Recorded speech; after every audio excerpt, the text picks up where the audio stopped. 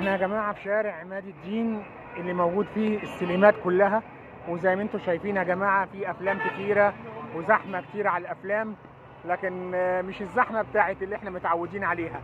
يعني انا حاسس ان الافلام اللي موجودة دلوقتي بتتعرض في السينمات مش كويسة، يعني مش عليهاش اقبال، زي فيلم ريستارت والمشروع وسيكو سيكو وكل الكلام ده. ونبص السينمات فاضية يعني، واحنا طبعا في ايام عيد لازم تكون ضرب نار زي ما احنا متعودين زمان. فاعتقد مش عارف ان الافلام اللي موجوده مش يعني بيستهويها الناس. حاجات كتيره قوي مش حلوه، لا مش هي دي الزحمه اللي احنا متعودين عليها.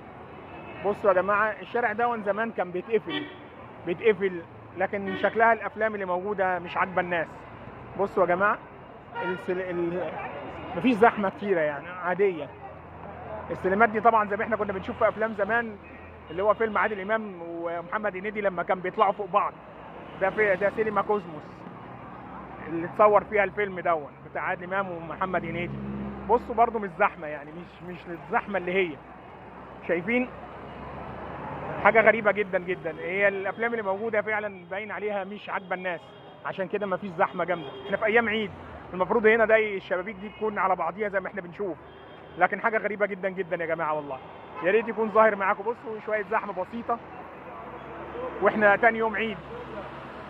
حاجه غريبه جدا جدا يا جماعه. الافلام باين عليها مش كويسه، ليه مش عارف ليه. ريستارت، مشروع، سيكو سيكو، دي الافلام اللي موجوده مفيش كتير.